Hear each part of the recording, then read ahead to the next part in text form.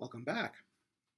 Now what we want to do is we want to have a look at the differences between business to consumer marketing and business to business marketing. And let's start off with the nature of demand. Remember when we talked about consumer behavior in chapter 6, we said an individual consumer comes up with being out of balance.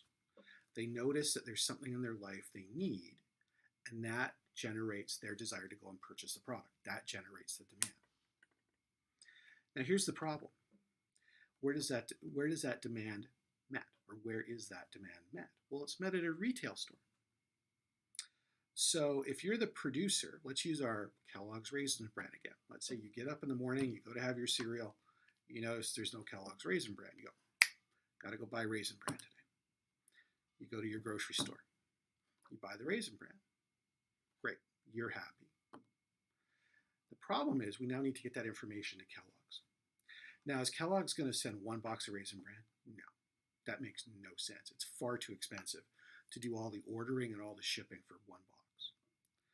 So the grocery store is going to have to amalgamate enough individual consumer purchases to generate an order of sufficient size that they'll go to Kellogg's with.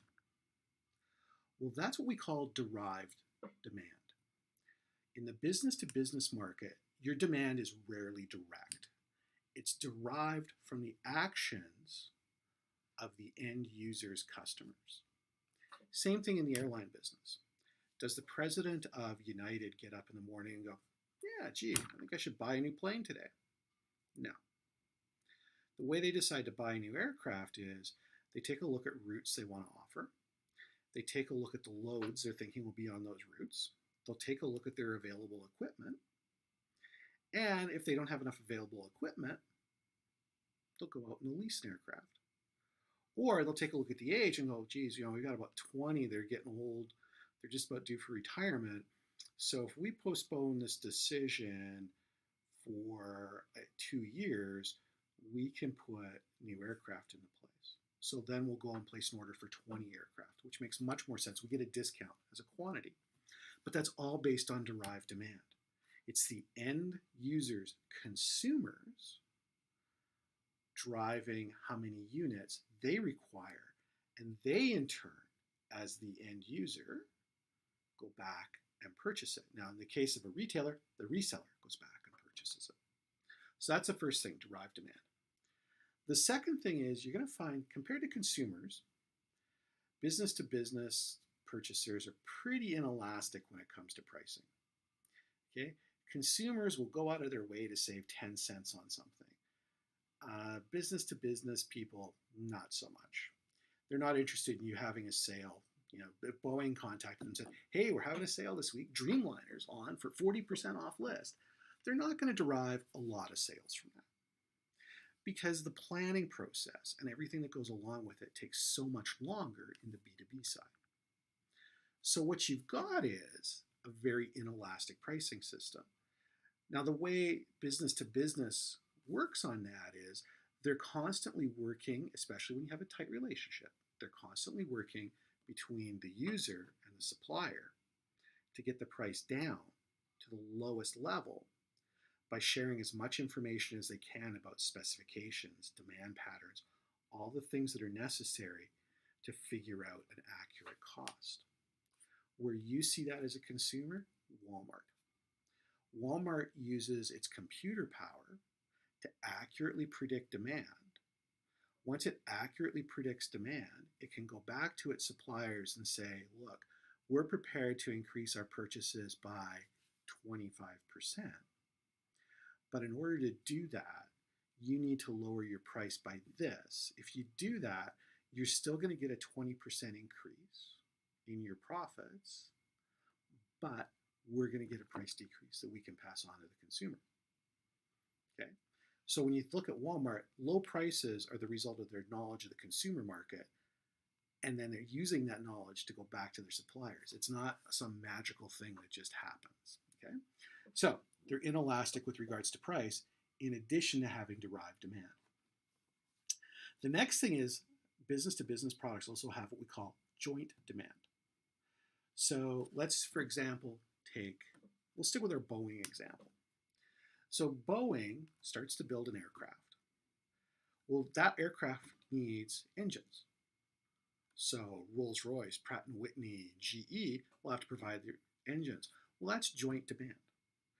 The wheel sets have to be ordered from somebody. I think those come from Goodyear. Okay, that's joint demand. So what you find is you've got all these other products that have to come together. The seats, the seat belts, the galley trolleys, the seatback entertainment units, the containers that go into the cargo hold. All of those are great examples of joint demand that derive from one product. So that's another common feature of business to business marketing is your demand is often tied to that of another product. Okay? And last but not least, in terms of the demand side, we also have fluctuating demand. Business to business is much more difficult to predict than consumer demand. And the reason why is if you see consumer demand going up in the business side, you start to ramp up production. Now, what you may find is that consumer demand turns over and starts to flatten out. But by the time that information gets back to you, it's gone beyond flat and it's now in a downswing.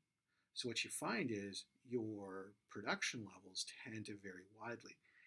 Very true in the aviation business. Boeing and Airbus have this. Airlines go through cycles of buying, and it's all based upon traffic that they're hauling. And that is heavily influenced by fuel price because that influences ticket price. So if fuel shoots up, tickets shoot up, demand goes down, airlines buy fewer planes. But it has a much bigger effect on Boeing and Airbus than it does on the airlines. Okay, what's another difference? Purchase volume. We go to the store and we buy a box of Kellogg's Raisin Bran. The University of North Dakota goes to the store and wants Raisin Bran. They're not buying a box, they're buying 100 pounds. So it's a much bigger volume that they're purchasing. And that gives them certain leeway with the supplier, with us as the manufacturer, that we would never see in the consumer market. We also see the number of customers. Well, if a target market has 1 million customers in it in the consumer side, that's an okay market. If you're in the business to business market, you might be in a market where you have 6 customers globally because you're that specialized. If you make specialized drill bits that are only used in underwater work, you're going to find that you only have a few customers to work on. Airlines are the same way. There's probably maybe 250 airlines in the world. So it's a very, very small market to work with. Okay? You might have concentration of customers. Let's use our oil example again. The concentration of those customers in the United States is going to be in Houston. If you want to sell oil products, you probably want to be in Houston. If you want to sell oil products in Canada, you probably want to be in Calgary. Okay? And it's concentrated like that all over the place. So you see your customers are highly concentrated, unlike in traditional consumer goods where your customers might be spread over a large geographic area. Unless you're talking about something like a local restaurant, but let's not. Okay? Distribution structure. Usually in business to business, we have direct channels. Okay? Boeing sells to Qantas. Airbus sells to Air Canada. But we will also have reseller channels. So Caterpillar, for example, does not sell directly to a construction company. They have a dealership that does that. And they find that's just much more efficient. Okay? So they have an indirect channel. You see internet buying is much more important today. The old days of the traveling salesperson going around and collecting purchase orders for something like paint or nuts and bolts or whatever, those are gone. Today, most of that is done by phone call and via internet. So it takes advantage of things like a sensor noticing that a bin is almost empty or something else to do with the Internet of Things. It's all triggered electronically, and that allows firms to run those really tight Kanban kind of inventory systems so that they can have minimal inventory, just-in-time inventory That doesn't work if you have humans involved. You need electronic. Okay? What's another one? Well, the nature of the buying is different. Okay? It's much more formalized in the B2B structure. My favorite example is when I was teaching at Manitoba, I once had the city of Winnipeg come in to talk about what it takes to get a new piece of fire apparatus, fire truck. And they produced a 450-page document that was about that thick that a potential supplier had to meet to bring in a fire truck. It was much more formalized because the stakes are higher.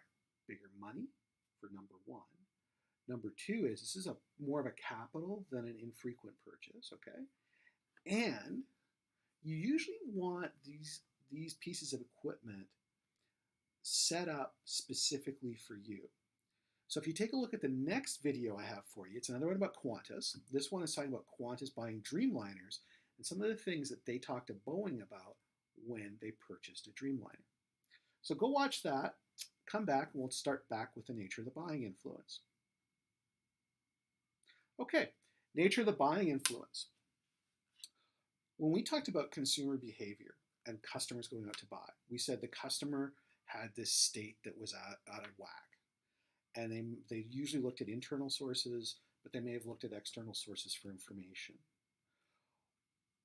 But at the end of the day, it was still the consumer who was doing all of the steps in the process. Now what you've got is a system where you have many parties involved in the purchase process. Take the example of that fire truck I mentioned before you watched the video. If you think about all the people that are involved, it starts with the person who answers the phone, okay? They're a gatekeeper. They make sure you get through as the sales rep to the right person. Then you've got the firefighters who are going to use the equipment. They want to make sure it's laid out in an easy to follow way so that in the middle of the night when they're trying to think about how to fight the fire, they don't have to stop and think about the layout of where their equipment is or how the pump works. You also have the people in maintenance. They're concerned about the engine and the powertrain and the tires and the braking system. They want to know how all that works. And if they bring it in, is that going to be the same as systems they're used to working on so they can use the same mechanics? Or are they going to have to hire somebody new or train their mechanics in a new system? Both of which add an additional cost to the vehicle and potentially mean that it could take longer to keep it and get it back into service after a maintenance routine. Okay, so now we've seen you've got the user, the firefighters, you've got the gatekeeper, and you've got an influencer in the mechanics. Now you probably also have politicians because they're going to have to sign off on this. This is a big expenditure. Fire equipment's anywhere from $500,000 to $1 million or $1 million plus. Okay, you're going to have the fire chief because the fire chief's going to have a say as the chief of as the head person. They're going to want to have a say in what the equipment is. You're going to have the people who write up the purchase order for it or write up the specifications for it that the company has to meet, okay? And then you're going to have the people in the organization who pay for the unit, which is usually the finance department. All of those people have a say in how this particular piece of equipment is purchased and the process you go through. And you as the sales rep have to find a way to appeal to each of them so that you know that you're successfully selling the unit. Okay? Negotiations is another big factor. This is not something where you go and there's the fire truck and it's got $9.99 on it. No, you go and negotiate on this, and that's why you sometimes buy multiple units, because if they're setting up the equipment for one, you can write off the manufacturer can write off the fixed costs over 2 units or 3 units if you buy 2 or 3 identical units. The airline industry is great for that. Boeing will tell you the list price of a Dreamliner is $287 million, whatever it is. But nobody pays that. Okay, why? Well, because the list price is, if you were to buy one off and they didn't know who you were and they were willing to sell to you, that's what you pay. But somebody like Qantas is going to get a deal because they're a long-term customer and they're buying multiple units. So they get a break. So that's another factor we take in. We negotiate. We'll negotiate delivery schedules. We'll negotiate maintenance schedules. We'll negotiate all sorts of things to make sure that the total cost of ownership, because that's much more important in B2B, the total cost of ownership, or TCO, is kept down to a low level. The third thing is we have in business to business reciprocity. If you go to a retailer and buy a product, what could you do? What could they do reciprocally for you? Well, they may be able to sponsor your local sports team. Okay, that's good, but not common. In business to business, there's often reciprocal purchases. So what you find is that a company like Boeing will turn around and buy something from a customer of theirs. They might buy an airline ticket on Qantas. They might buy expertise from Qantas's technical group.